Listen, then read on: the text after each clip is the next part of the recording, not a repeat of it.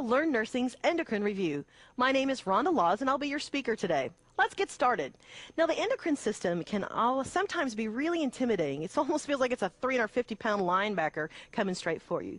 But actually, I love the endocrine system because it's really straightforward. It plays by some very simple rules. And by the time we're done today, you're going to have a plan and a guide that you can follow to know exactly what you're talking about. And you won't ever get mixed up again about is it Cushing's or is it Addison's, is it Graves', is it hypothyroidism or Hashimoto's or what it is. So let's get started. Now, first, you have to think about the endocrine system. There's some key players, just like anything else. There's hormones, receptors, and target cells. And that's why the endocrine system is so good at what it does, because really, everything in our body is run by the hormones, by the endocrine system. If you know the endocrine system and the inflammatory system, you know a lot about your body, because those are the two key processes that go on in your body. So let's talk about the hormones. They're these chemical messengers that go throughout your body. It comes from a word that means to spur on. You really don't care about that, but you want to start thinking about there's all kinds of hormones in your body. They act as catalysts, they travel through your bloodstream, and they tell one cell what to do from a message from another cell. So there are two types of hormones. Let's look at those. They're steroidal and non-steroidal. The non-steroidal ones are protein-based hormones. So they're these little chemical messengers. Our hormones transfer instructions from one group of cells to another group of cells. They move through the bloodstream, and they're designed to hit only certain cells. We call them target cells. So the hormones are very specialized. They only do certain things. They're released at certain times. They go to certain target cells, and they only do what they're supposed to do when everything is in balance. Now let's look at the glands. Not a very attractive word, but they're important. They're just a group of cells that produce or they secrete or they give off the chemicals. So they can take materials from the blood, they can process them and turn them into other things, but they're some of the players that are involved in the endocrine system. Now, we talked about the hormones being secreted from a gland. Can you think of a gland that secretes something that is an endocrine gland? There are several. Yes, I hear mumbling. Yes, exactly. We'll list them all. So by the end of the day, you'll have them hammered out. You know exactly what it is. But remember, the hormone comes from the gland, goes through the bloodstream, and attaches to a target cell. On its way to that target cell, some special proteins bind to it, and then they act as carriers for what needs to be done for the message. As a target cell is hit by a hormone, it only accepts a specific hormone and only certain target cells. So we've run your way around in circles saying that multiple different times. But I think you've got the point. That hormones are very specific, and they only work on very specific cells. Now, hormones can either turn things on, or like in this case, they can turn things off, and we call it negative feedback. One example of that is the calcium. The gland in the body that maintains your calcium level are the parathyroid glands. They can either turn it up or turn it down. And we'll talk about hypoparathyroidism and hyperparathyroidism a little later on. But remember, the hormones can either speed things up or slow things way down. Now, endocrine versus exocrine, you know a little bit of difference about that. We have one organ in our body that does both. It's the pancreas. It's both an exocrine organ and an endocrine organ. If it's exocrine, that means it releases secretions. So you know that pancreas makes that thing we cleverly have called pancreatic juices, and it dumps it right into that biliary system. But it also makes insulin and secretes it right into the bloodstream. So the difference between an exocrine gland and an endocrine gland is what it dumps out and where it puts it. Exocrine just dumps it out into a system. Endocrine puts it directly into the bloodstream. Now, that's an incredible picture I have up for you next of all the glands that are involved in the endocrine system. That's something to just help to start to get thinking. Look, you've got the hypothalamus, pineal gland, pituitary gland. You see them all listed there. And they all are kind of run by one key player, and we'll talk about that. So we've listed them out for you, all the multiple glands that are involved in the endocrine system. Now, you have a chart for you ahead in your notes, and it's called Endocrine Disorders is the title on the top of the chart. Now, on one side, we have the hormone, ACTH, GH, ADH, thyroid, and parathyroid. And then we're going to fill it in as we go through and we work through the system, what happens when you have too much of that hormone and what happens when you have not enough of that hormone. And that's the key to understanding all these diseases that seem difficult to keep straight. It's just if you know, look, if I just know these 5 hormones, that's going to unleash about 10 different disorders that you'll understand and have a clear picture of how they work together. Because as you can see there, they're going to end up mirror imaging each other. Whatever happens when you have too much of a hormone is the exact opposite that happens when you don't have enough of that hormone. So we'll fill that out together as we walk through. Now, we like to compare the endocrine system to a football game because it seems kind of complicated, but really it's not. So we're going to put some players' positions onto some of the organs. And first, we're going to talk about corticosteroids. But we're going to say the coach is the hypothalamus. That's the one who communicates between the two systems. The quarterback is the anterior pituitary, and the players are the other glands that end up doing what we need them to do. So you've got three players in this scenario. You've got a coach, a quarterback, and then the players. So you've got someone next to you. I want you to tell them, okay, who's the coach? Tell your partner. Who's the quarterback? And name two of the players without looking at your notes.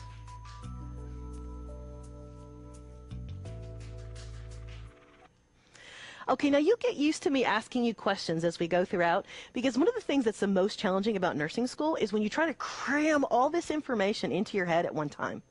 Have you had the experience where you're sitting down to read your stimulating textbook and your brain says, I see letters going by, but I have no idea what they're doing? You know what I'm saying? You even want the information, you've set aside the time to study, but your brain is just simply saturated. Well, I always tell students that your average attention span is 5 minutes. No matter how brilliant you are, TV has done this to us because that's about the amount of time it takes in between commercials, right? 5 minutes of content, and then we get another commercial.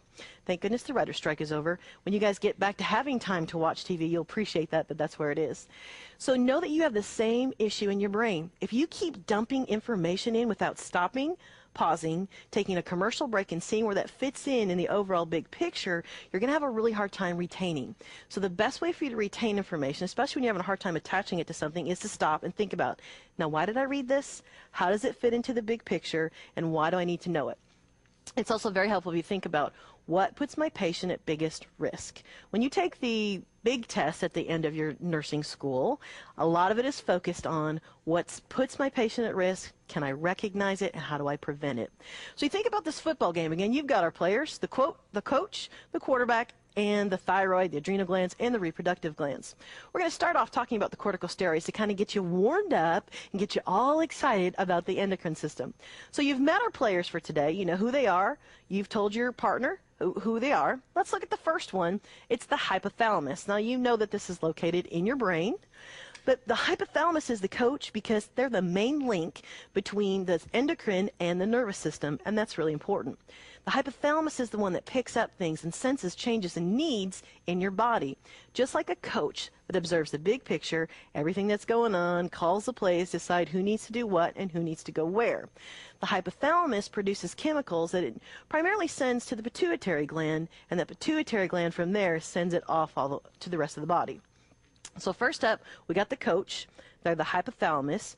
What's really cool about them is they're the link between the two systems, the neuro and the endocrine system. Next, let's look at the hormones that they release. There's a long list there for you on your screen. Corticotropin, growth hormone, thyrotropin, gonadotropin, prolactin, antidiuretic, and oxytocin. We're going to talk about several of those today.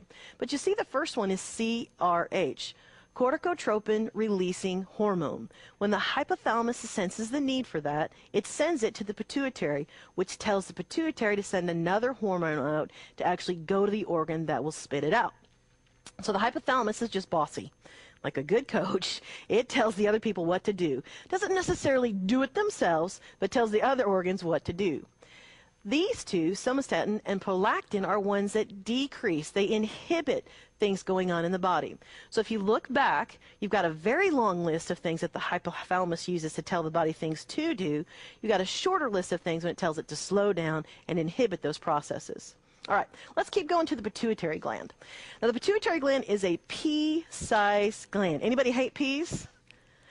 I never had to eat them as a kid because my mom hated peas, so it was fabulous. Unfortunately, she was very fond of broccoli and asparagus and Brussels sprouts, but it did work out for us on the pea gig. So it's located at the base of your brain just below the hypothalamus, which is good because they communicate very closely together. They've got some neural pathways. But we call the pituitary the master gland. That's the one that's in control of just about all the processes we're going to talk about today. So you think about it, how big is it? It's pea size. Where's it located? right by my hypothalamus. It's got a very close connection with the hypothalamus, and it makes hormones that control just about everything else. What kind of sensory information is the hypothalamus picking up? Before we get through talking about some of these, just jot a note on your paper. What are the things that you know without looking at your notes that the hypothalamus senses and responds to in your body? After we get done today, you'll have a very complete list of the things that it responds to. Okay, so we've talked about the coach, which is the hypothalamus.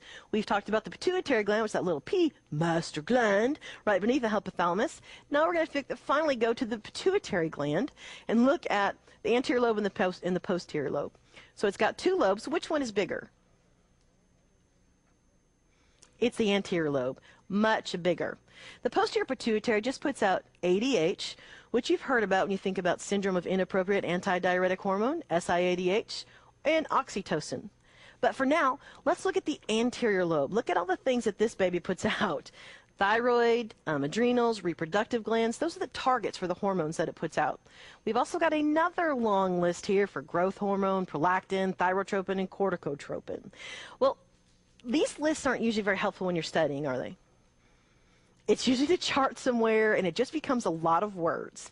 So what we want to do is walk you through a process so you can see how these actually work and what impact it has on the body. It will make a lot more sense to you. The one that we're going to look at is ACTH, or corticotropin. You should see that one rising up on your screen. The ACTH is what stimulates the adrenal gland to produce really important hormones. Now, the adrenal glands rest right on your kidneys. If you've heard me talk before, my godson, we taught him where his hypothalamus was, where his xiphoid process was, and where his kidneys are. So he gets very excited when he just runs by you and says, Rhonda, kidneys, because he knows where his body parts are. Not really. He just knows if he says a word and he motions in this gesture, I get very happy. So he likes to say it. But your adrenal glands are on your kidneys, right? Adrenal. That's how we know where they are. So there's one on top of each kidney, which is if you have two kidneys, you should have two adrenal glands. Now, the adrenal glands have two parts, the cortex and the medulla, and each of those parts does some different things. Let's go on and look at those two. The cortex is the one that produces the corticosteroids.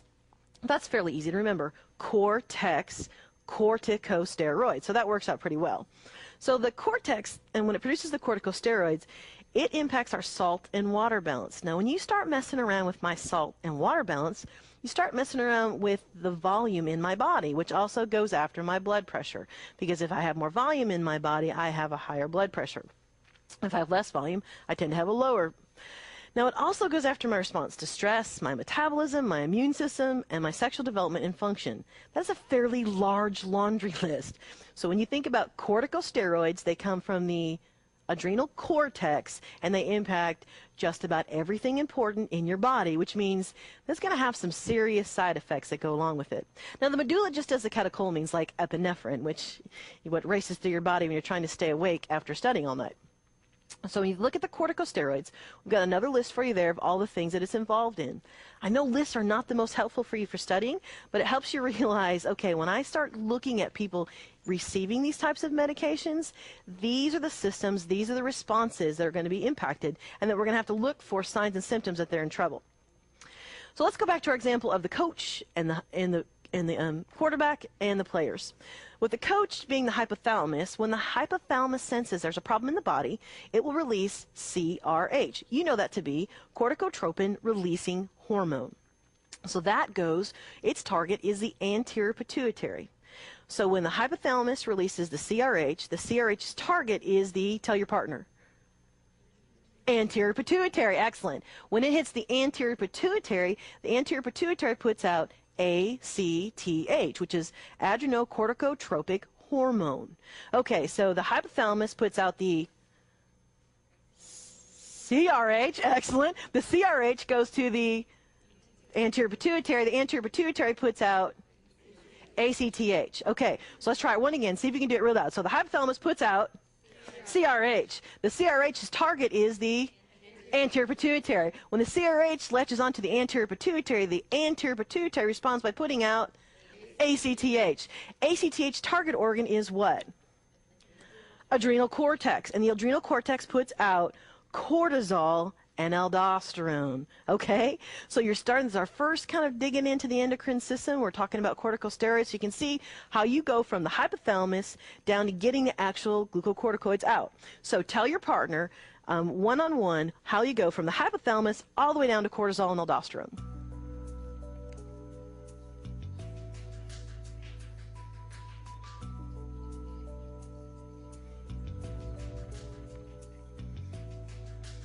Okay, now let's look at your chart. You have that green chart with you, and at the top of it, it says endocrine disorders. So the hormone we're talking about is ACTH. And what's the target? It's the adrenal cortex. So the target is your adrenal cortex, and the effect is you're going to put out the glucocorticoids. You might have to put that on the back of your sheets. I'm looking at the faces. Okay, so the target is the adrenal cortex, and the effect is that you secrete glucocorticoids. Okay, now when we talk about mineralocorticoids and glucocorticoids, the corticosteroids that are put out are these two different types, the aldosterone and the cortisol. Now, can you think back to the impact of aldosterone has on your blood pressure? Aldosterone tells my body to hang on to sodium, and when my body hangs on to sodium, water follows, right? So when I hang on to sodium and water follows, then my volume starts to expand. We get that effect, right?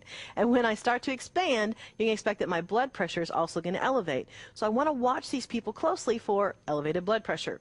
Now, with the glucocorticoid, the cortisol, you got a lot going on there. We've already talked about it controls carbs, fats, protein metabolism. It's an anti-inflammatory. It stops the phospholipid release, and it works on the eosinophils. So we primarily get cortisol excreted when the ACTH hits that cortex, but we also get the aldosterone. Aldosterone is pretty straightforward because we know what it's going to do. More sodium, more water, higher blood pressure. But the cortisol literally can wreak havoc on the rest of your body when it starts impacting all those things. If it controls my carb, fat, and protein metabolism, I can have an issue with my blood sugar. If it's an anti-inflammatory, I don't heal so well, right? I can't fight off infection. So it makes me really susceptible to infections. And we have the decrease in the eosinophil reaction and all those inflammatory responses. That means anyone who's on a corticosteroid, those are the things you want to watch them closely for because they're at risk. Now, we've talked about the sugar daddy syndrome. You know how it goes from hypothalamus, which this is actually a real website that you can look up. We've talked about this some before. That if you're looking for a sugar daddy, you can just look it up, sugardaddyforme.com. But how it works in your body is when we put in the artificial drugs that replace what's normally done in your body, we start to have some problems. Because since your body, when you're on glucocorticoids, has enough of that cortisol and aldosterone running around, there's no stimulus for the hypothalamus to send CRH to the anterior pituitary. And there's no stimulus for the anterior pituitary to send ACTH to the cortex. And there's no reason for the cortex to put it out because it's already there. So what happens? Everybody kind of checks out. They get comfortable. Everything's done for them. They don't have to do anything, and that's what we call the sugar daddy syndrome. If your patient's on steroids for more than a week, a high dose of steroids, but if they're on it for more than a week, you're at risk for the adrenal gland to be suppressed. When that adrenal gland starts to be suppressed, it's not putting out those things that your body naturally needs because the CRH isn't there, the ACTH is suppressed. If they're on it for very long, the gland isn't just suppressed, but it becomes atrophied. It shuts down. And recovery can take months or even longer. So if my adrenal gland isn't working really well, so you've got me on these corticosteroids, what would happen if one day I just decided, I've had enough pills. I'm not taking them anymore? Well, what does my adrenal gland do? Nothing, because it's asleep. It's sugar daddied out, man. It is checked out. Body's had everything it needs. That's why you want to be, we talk about you want to be woken up gradually. In the morning, does anyone like to wake up to a No. How do you like to wake up? With the sun gently coming into your room and when you feel like waking up, right? No binging, bonging, cell phones, anything going on. You want to just arise gently. Well, that's what your cortex wants to do. And if you stop taking those meds quickly or your patient doesn't know to not wean them down, that's when you're into trouble. And if my adrenal gland can't respond and I stop my corticosteroids, I'm going to be in crisis, and you don't want me in an adrenal crisis. We're going to talk about that in a little bit and what it means. But now let's start talking about some real endocrine disorders. So we'll stop and pause and think about what we've learned. We understand how the endocrine system works, that you need the hormones, you need the target cells, you need the receptors. We started looking at one of the processes where we started with the hypothalamus, and we worked through the hypothalamus to the CRH, to the anterior pituitary, to the ACTH, and the ACTH gate told the cortex to kick out the glucocorticoids, the aldosterone and the cortisol. Now, what happens when we get too much of that in our body? Well, you can end up with something called Cushing's. Some people have the disease, most people have the syndrome. The disease is done by yourself, by your own body. The syndrome we do to you at no extra charge. In medicine, well, thank you, modern medicine, but if we put you on these glucocorticoids for very long, and what do we put people on glucocorticoids for? Yes, everything. Everything. But you know why? We talked earlier that the inflammatory process is responsible for a ton of things in our body, good and bad, and that's why these drugs are so important. But Harvey Cushing, wouldn't you like to be known for this? Harvey Cushing is the one who, well, it's good that he discovered it. I don't know that I want it to be named after me, but we're going to look at what happens when there's excess ACTH in your body. You know what that is. That's the one that tells the cortex to kick those drugs out. The aldosterone and the cortisol. This is just a refresher. Without looking at your notes, can you remember what aldosterone does and tell your partner?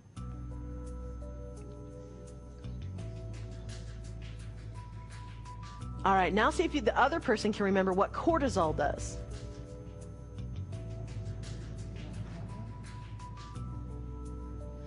You know, and that's really the key to pharmacology. If you guys want to do well in practice, and I know you're worried about exams, but if you can understand the pathophysiology behind it, then you're not just straight memorizing a bunch of things that you're going to forget. Whenever I pass the test out in class, people just, can we start? Can we start? Because they're just sure that that information is just oozing out of their heads. They want to start real quick before it all slides out. But if you want to be able to show that you can embed that in your brains, if you'll stop and you'll pause and you understand the pathophys, it'll be much better. Now, this is our stick man. We're going to work through system by system. This little guy was created, like we tell you, in the cafeteria of a hospital on a napkin. That's why we use him. It's just some simple shapes that represent the different systems we think through it. So if you look at somebody who has excess ACTH, it can either happen to them because it's a disease process or because we've got them on the drip medications. Let's look at what happens in the neuro. So first we'll start with what happens with the little, you should see the little circle on your screen covered in flesh tone. That means we're talking about anything going on in the neuro. Unfortunately, this can be worse than your worst mood swing day if somebody's on these medications. Euphoria, depression, psychosis, panic attacks, and then there's a physical manifestations. They can have a moon face. And have you seen somebody who's been on the steroids? They have that really full face. And they can also have facial hair, which is very sad for women that pay a lot of money to remove facial hair for us to give them medication that puts it back onto their face. So we start thinking head to toe, you're thinking, wow, major mood swings, all kinds of things, panic attacks, and unflattering changes to your face.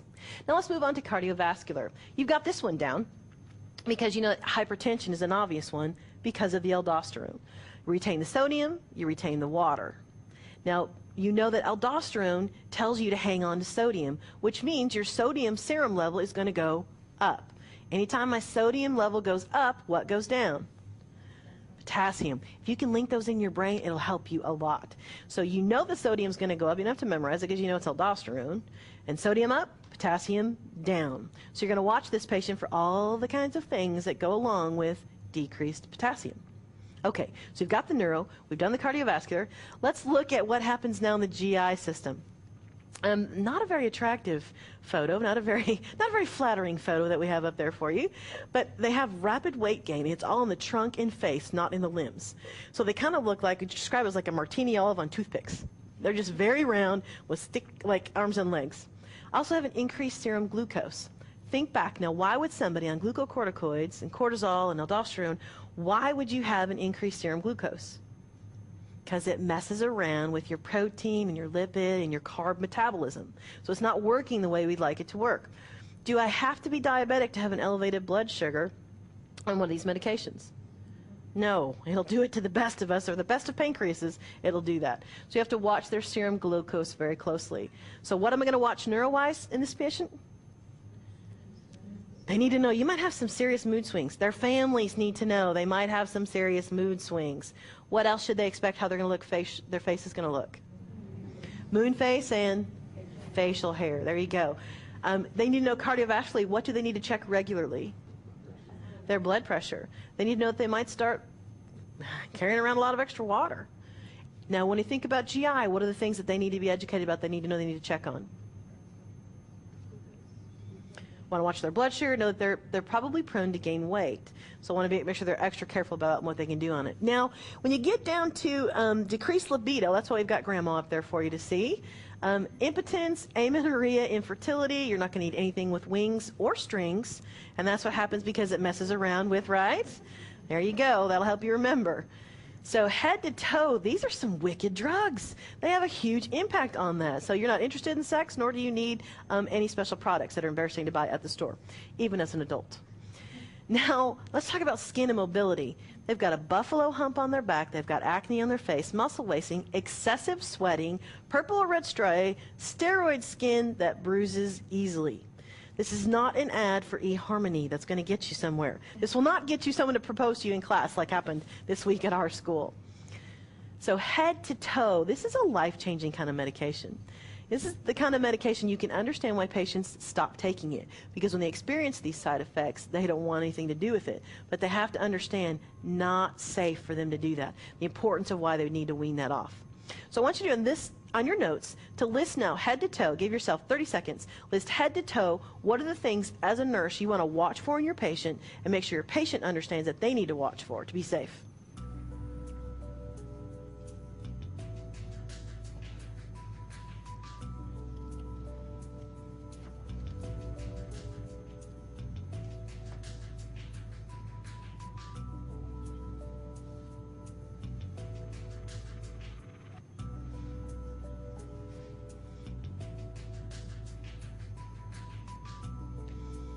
Okay, hopefully that's coming back to you as we go through it, because we've talked about corticosteroids and we've talked about Cushing's. Now, why we talked about those two together is because Cushing's is simply the excess of corticosteroids. Whether I've given it to you as a medicine or whether it happened in your body naturally, that's why we link together corticosteroids and Cushing's.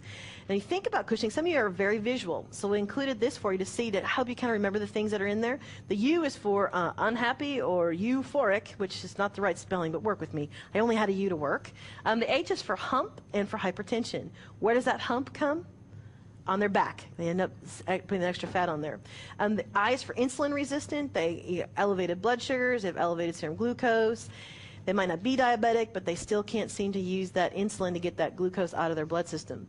They have major skin issues. What were they? Purple and red striae, bruising easily, steroid skin, not interested in sex, and G for gut. So if you're a visual person, those kind of things are on there to help you try to remember if that helps you.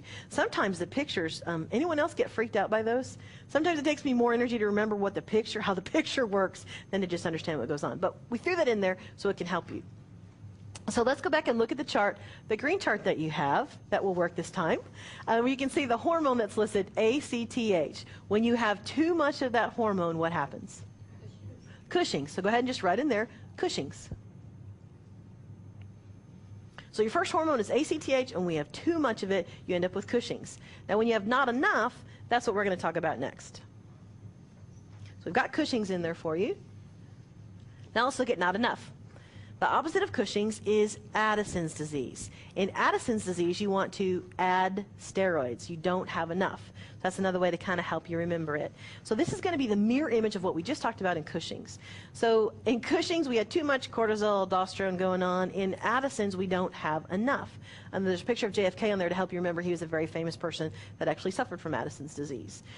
So the primary cause is that the adrenal gland just malfunctions. The sad thing is we don't really know that the adrenal gland is malfunctioned until almost 90% of it is destroyed before we really see the symptoms exhibited. So by the time we realize there's a problem for most people, we can't really do much about it to help them fix the primary cause. The secondary cause would be that the anterior pituitary doesn't produce enough ACTH. Well, from what you understand, so even if the hypothalamus is doing its job, it kicks out the CRH, sends it to the anterior pituitary. If the anterior pituitary doesn't do its job and send the ACTH to the cortex, it stops right there. So that's not the most common cause, but it makes sense once you remember how those things play out that's what that works. Okay, let's keep moving. Now, it's going to be a mirror image. You remember, think back to Cushing's. What were the neural symptoms that you saw? Euphoria, crazy, panic. I mean, they're off the charts, right?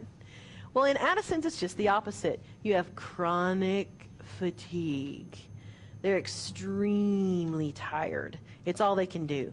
Maybe kind of like how you feel by this point in your semester in nursing school. Anyone have the alarm go off and just say, no? I don't have the energy to get really upset. Just no. There's no way that can be. If I ran the world, clinicals would be from 10 to 2 with an hour lunch in between. I think we'd do a lot more learning that way. They would just really focus it in on short hours. But if you have Addison's disease, you're going to end up with chronic fatigue, very, very tired, opposite of Cushing's. Now, in Cushing's, we had elevated fluids because we had aldosterone, which hung on to sodium, which hung on to water, which gave me elevated blood pressure, right?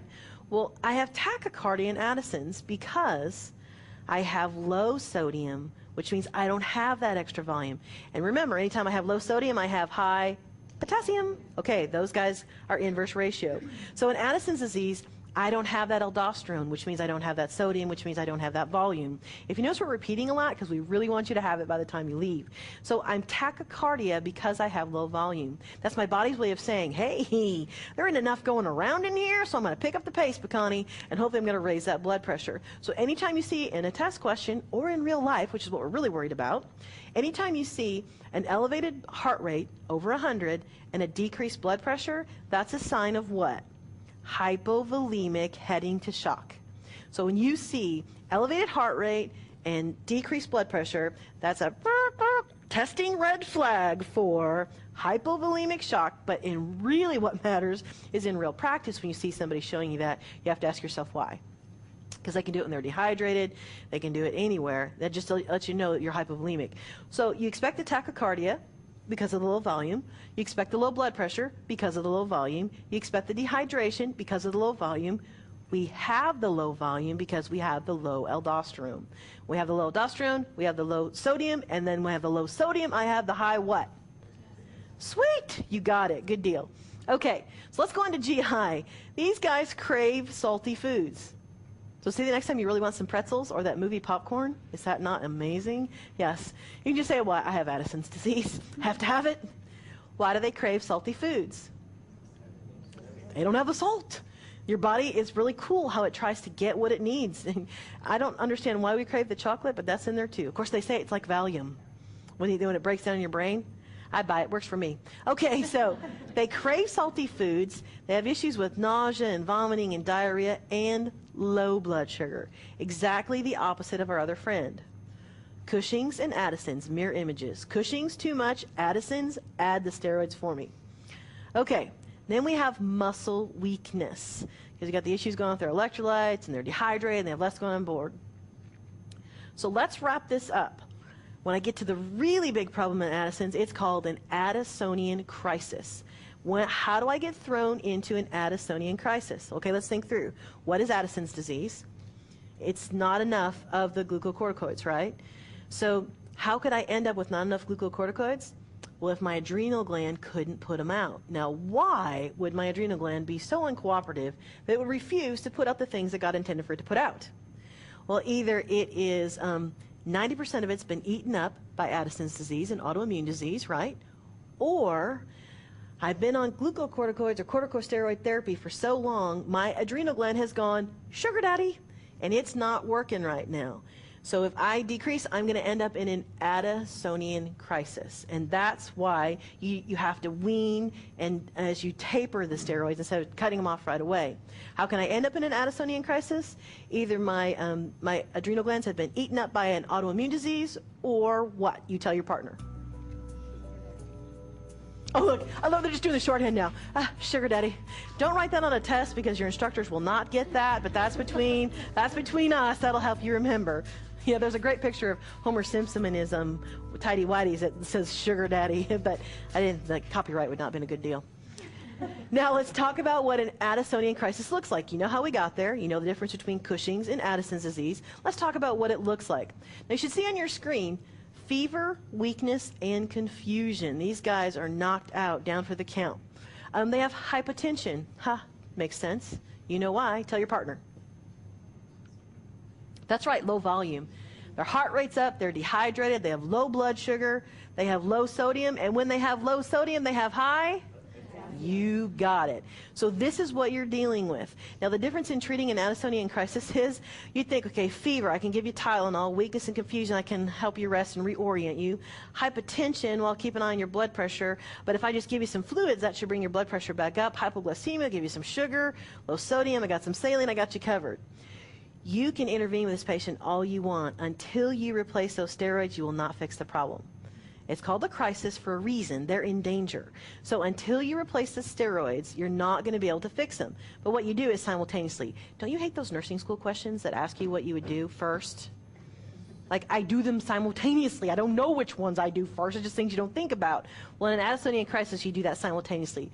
You replace all those things, you address all those symptoms, but you're not going to get anywhere unless you add steroids, because Addison's disease, you add steroids. All right, now you're up. You should see on your notes, you see a stick man split down head to toe.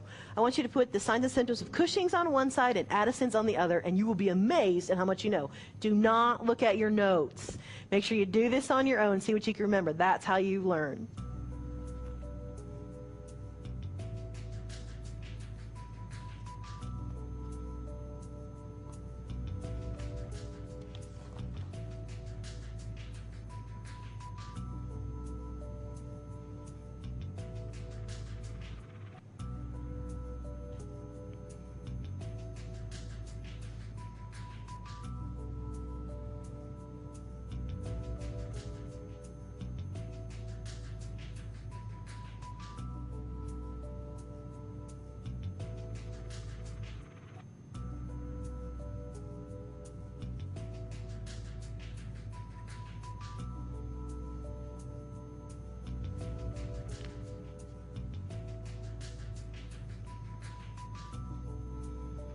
Okay, now when you finish that, go back to your chart that says endocrine disorders.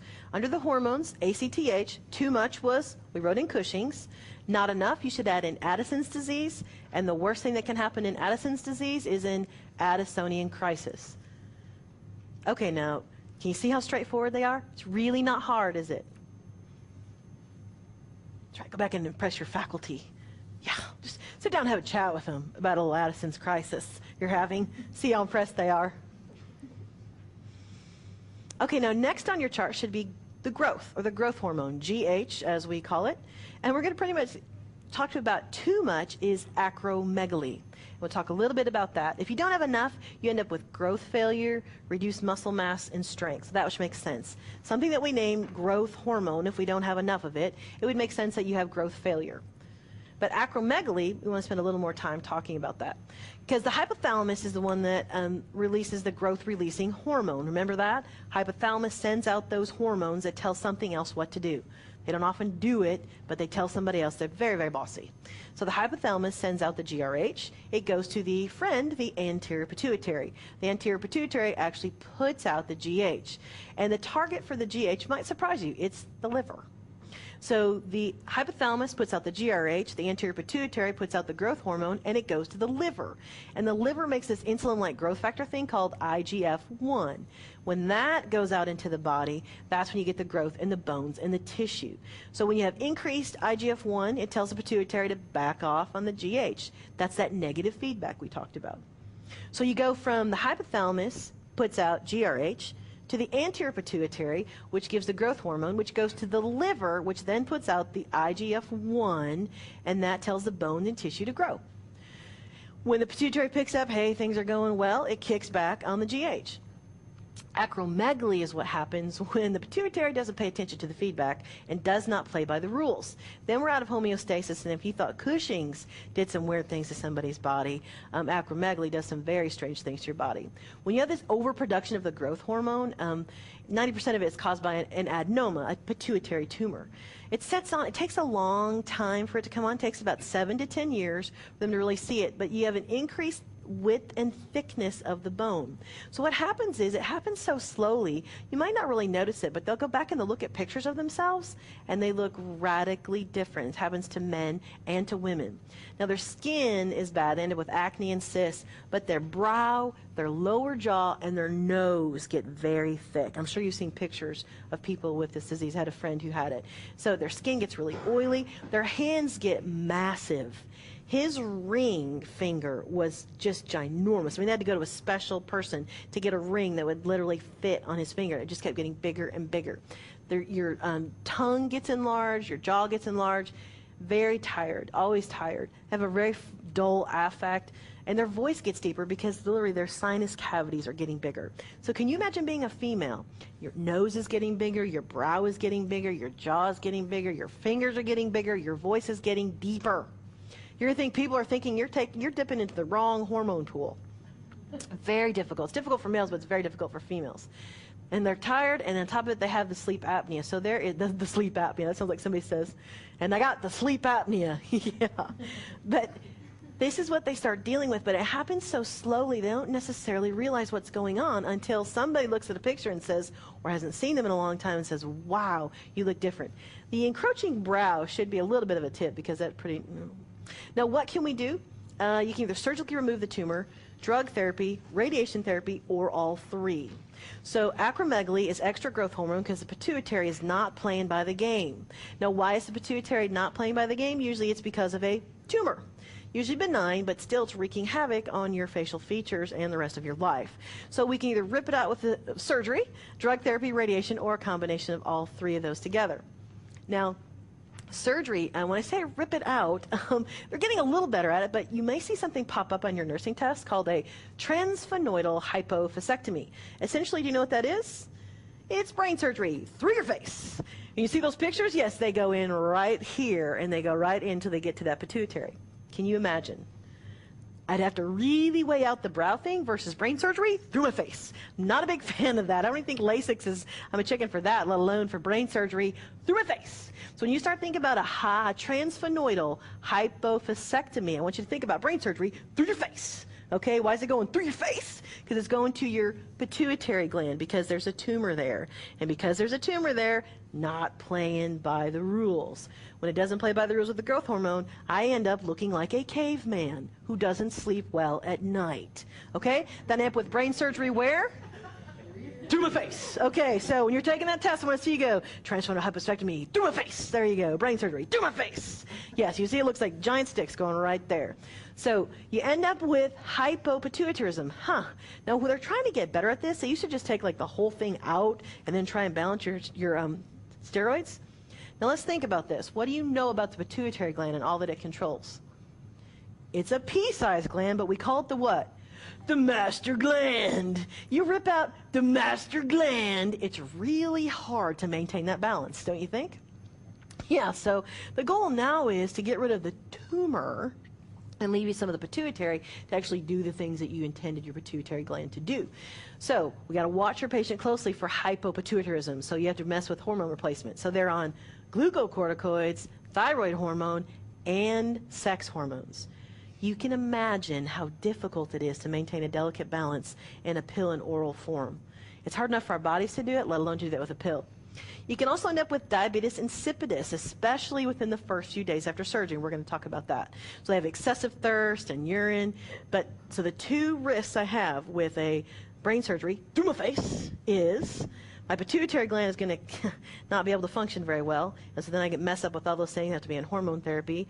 And diabetes insipidus. So diabetes insipidus. And we'll help you link that through together so you know that. So, no one wants brain surgery through the face, but the name is transphenoidal hypophysectomy. It has classically shown up in nursing school tests. I don't know if because it was a popular procedure when all the people who write the angry South Pole elves that write nursing school tests were doing it, but sometimes it tends to show up a lot, so you want to know what it is. That's the number one question I get asked in nursing school exams. They raise their hand and say, can you tell me what this word is? And I have to say, no. That's called vocabulary. So as many of those things as you can look up while you're reading and kind of plant in your brain, that's going to help you a lot.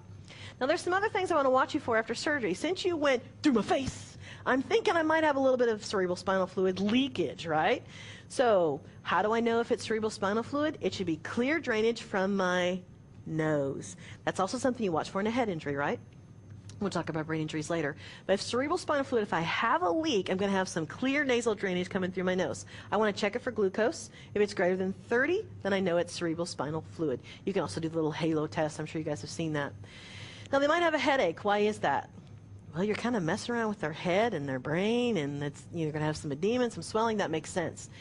Infection, not a good plan because that's a direct route to your brain.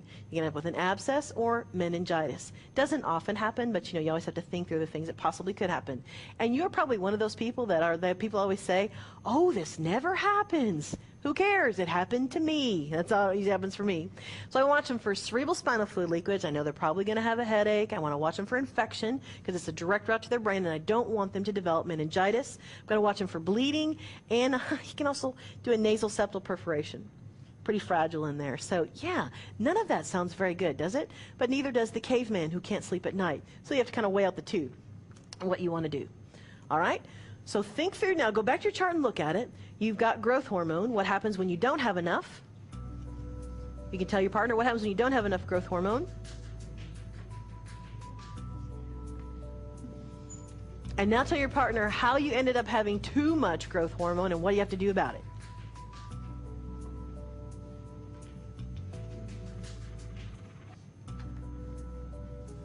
Okay, saw hand motions through your face.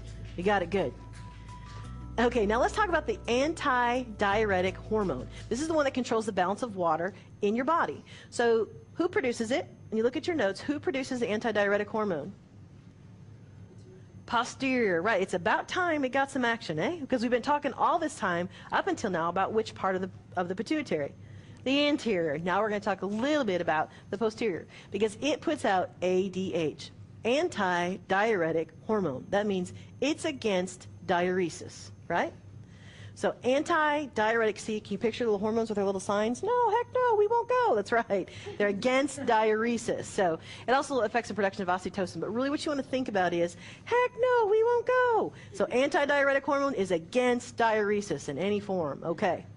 So when we have excess against diuresis, if I have excess ADH, we call it SIADH, syndrome of inappropriate anti-diuretic hormone. And inappropriate means way too much. You got a whole group of little hormones saying, heck no, we won't go. And you know what happens? We're going to talk about it. Now, if I don't have enough ADH, that gives me DI, or diabetes insipidus. Okay, so we talked about Cushing's and Addison's being mirror images. SIADH and diabetes insipidus are the next group that are mirror images of each other. So understand one, you get them both. So anti-diuretic hormone is against what? Diuresis. Excellent. Heck no, we won't go. Okay, so let's take a look at ADH is made in the hypothalamus, big shocker, and is stored in the posterior pituitary. Filtered water is usually excreted and not reabsorbed in the kidneys when this is kicked out. So when you put out the ADH, it tells the kidneys, get rid of that water. Just filtered water, not with a lot of stuff in it, just get rid of the straight water. In diabetes insipidus, I don't have enough, so I've got decreased, and vasopressin and ADH, same thing. So you might want to note that so it doesn't get confusing. So I don't have enough ADH in diabetes insipidus, and here's how it can be caused. Either I don't have enough ADH going out for whatever reason. My kidneys aren't sensitive to it anymore, so they don't get the message, even though the ADH is there, they just don't pick it up. Or I have damage to my hypothalamus, to my pituitary, or my kidneys. Well, that makes sense. Because anything we've talked about, when it doesn't work well or doesn't have enough of it, it's because something could have happened. Remember, in Addison's disease, autoimmune knocks out your adrenal cortex. Same thing in diabetes insipidus, if you have damage to any of those. Now, how do I damage my hypothalamus? Little thing, straight up, good job, trauma. Got some kind of head injury. So you start thinking about who's at risk for diabetes insipidus. Absolutely would be somebody who's had a head trauma, who's had a head injury. Also, if you've had too much Dilantin. Not known to be a real abused drug, but if you've had too much Dilantin for whatever reason, it can also bring on diabetes insipidus, but head trauma. So when you're thinking about too much ADH, I know it's made in the hypothalamus, goes to the posterior pituitary, who's going to end up in trouble with this? Somebody who's messed with their head. Too much Dilantin, or they have had a head trauma. Okay, so let's look what diabetes insipidus actually looks like. These are people you want to, for sure. I can't imagine how many times you'd have to empty their Foley bag because it's excessive urination. 2.5 liters a day is the minimum to qualify for excessive urination in diabetes insipidus. But it can be up to 30 liters a day. Can you imagine? That's a lot. Now, they're thirsty. Go figure. The polydipsia, extremely thirsty because it's your hypothalamus that is normally what stops us from getting being damaged by our thirst, being damaged from being overhydrated because it tells us, hey, drink something, you're thirsty. But when the hypothalamus is damaged and it can't really respond, it can't help us out, because normally your hypothalamus responds to your serum osmolality. Now, have you guys all studied that in school? So you know what the serum osmolality is. Perfect. We're going to give you a little bit of in a little while, we'll give you a way to figure that up with just from their sodium. But let's look at diabetes insipidus from head to toe. So we have, we're back to being irritable. What other thing have we talked about today? An endocrine disorder where they were very moody. Cushing's. Can the Addison's people be moody? They don't have the energy to be moody. They can't do it. They're just really tired. But in DI, they're irritable, they have a headache, the fatigue, lethargy, fever, dizziness, and sunken eyes. What does that sound like? Dehydration. And you know why? Because they're putting out all that extra water. They have a headache, and we'll talk about that in just a minute. Diabetes insipidus ends up with, in our cardiovascular system, tachycardia. Now, what other endocrine disorder did we talk about that ends up with tachycardia? Addison's. And they did because they didn't have enough aldosterone. In diabetes insipidus, they end up in tachycardia because they're peeing everything out. All that filtered water's going out. So they have a low blood pressure. They're at risk for hypovolemic shock. And they're dehydrated, and they have increased sodium. Yeah, you know what goes on there. I don't even have to tell you. Now let's look at GI. Because they're dehydrated, they're at risk for constipation. They're obviously going to have weight loss. This would be a Hollywood star's dream as far as the amount of weight loss they could get. This is much better than diuretics. Unfortunately, it has a lot of other risks that go along with it. But that'd be definitely what they're looking for. So think back. Diabetes insipidus, head to toe. And neuro-wise, what am I going to experience? Irritable, headache, all those other things going on. Cardiovascular-wise, high blood pressure, low blood pressure? Low. High volume, low volume? Low. Good job. GI, what am I going to be? All locked up, constipated, yes, and definitely going to have weight loss. Now let's look at that urination again. It said at least 2.5 liters a day, but up to 30 liters a day. They'll have an increased osmolality. Now serum osmolality is usually a pretty good reference of what my serum sodium is. Urine specific gravity is going to be like 1.001 to 1.0052. Their urine literally looks like tap water. You think they've been slipping things in their Foley bag because it doesn't look right. It looks really good. So they'll have an increased osmolality because osmolality is measuring the number of solvents in a solute, which is like measuring the amount of sodium in their serum. When you get rid of all that fluid, there's a lot less solute around, and that's why their osmolality goes up. So how do we fix it? Well, you don't have enough ADH or vasopressin, so we give you vasopressin. We can actually give it to you. And we're not going to fix you until we do, just like with Addison's disease. So let's go back and look at your chart again. In endocrine disorders, you have ADH. If I don't have enough ADH, you can write in there diabetes insipidus. So in your chart, you've got ACTH, too much is Cushing's, not enough is Addison's disease. Growth hormone, too much is acromegaly, not enough is growth failure, reduced muscle mass and strength. ADH, not enough is diabetes insipidus. So we have one left to fill in before we're done with this section. We're back to syndrome of inappropriate antidiuretic hormone. Does that mean they have too much or not enough? Too much. Heck no, we won't go. They're against diuresis. So it's made in the hypothalamus, goes in the posterior pituitary. We already talked about that. Filtered water is what's kicked out, so I put out a lot of water. Now, if I have SIADH, I got too much of it, I'm against diuresis, so I'm going to hang on to it. It's mine. You can't have it. So what do? I blow up like the blueberry girl in Willy Wonka. I hold on to every bit of fluid. I don't let anything go. You become a real miser with it. So the kidneys hang on to the water and you become waterlogged. So you look like the blueberry girl. You are waterlogged and dilutional, as they say. So what causes it? Some weird stuff. Oat cell carcinoma, viral pneumonia, or head trauma. Head trauma can either cause diabetes insipidus or SIADH. Some of these lung cancers and oat cell carcinoma put out their own ADH. You got a lot going on there. So inappropriate antidiuretics means I hang on to everything, I blow up like the blueberry girl, and I end up hanging on to all that water. Again, let's go head to toe. I am irritable.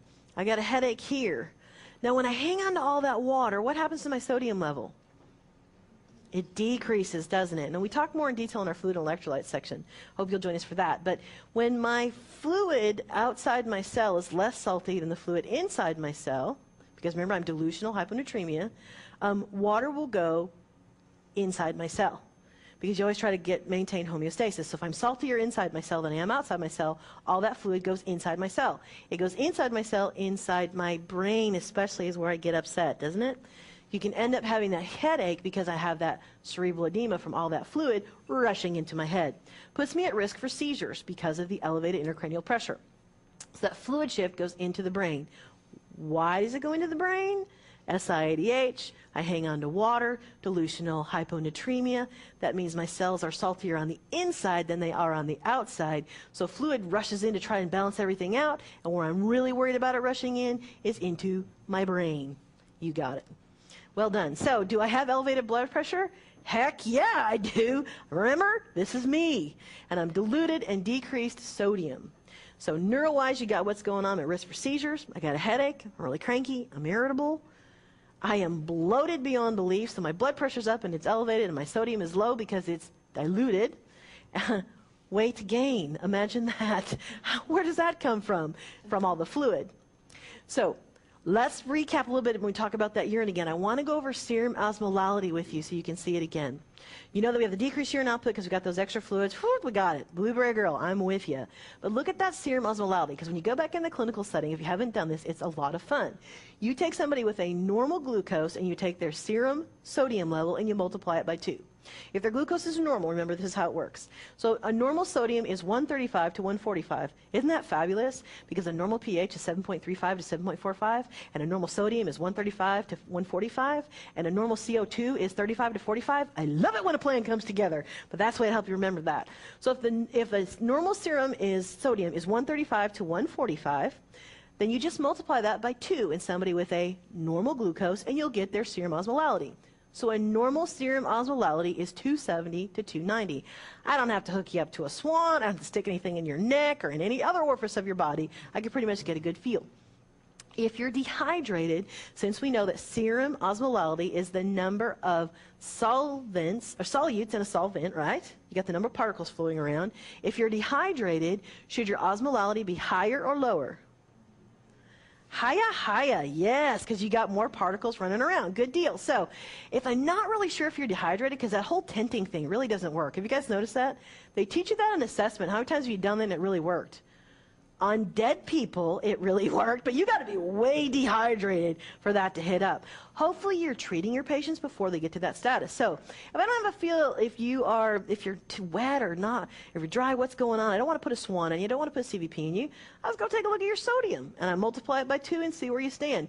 If you're higher than 290, I know that you're a wee bit dehydrated. If you're less than 270, what are you? Little fluid heavy. Depending on how low it is, that depends on how bad you're carrying extra fluids. Now, if you have a high sodium, I put it on there, but it's a lot higher math because it's 2 times the sodium times the bun divided by 5 plus the glucose divided by 20. So I say only take patients with normal glucoses. It'll be much easier to figure out. You can do it, but you might have to get a friend and a calculator to add that up. But it's a really cool thing to check out, and it's easy to do, and most people have a serum sodium level on their chart, so check it out. Somebody with SiADH, you'd expect their serum osmolality to be high or low? High. Somebody with DI, high or low? Oh, good job. Think that through. So what do we do to treat SiADH? Well, fluid restriction. I think that was kind of a moot point. That kind of goes without saying. You got to get that sodium level back up. They're delusional. At the same time, we're going to try to limit their fluids. We also want to get that saline back up. And we want to give them vasopressin blocking agents. So that means we want to get the drug to block that rather than the vasopressin getting to where it needs to go and having that impact on the body. Now, here we're wrapping up this last section. What I want you to do to think through, you have another stickman on there, split right down the middle. Put diabetes insipidus on one side and SiADH on the other. You've got about 30 seconds to see what you can recall.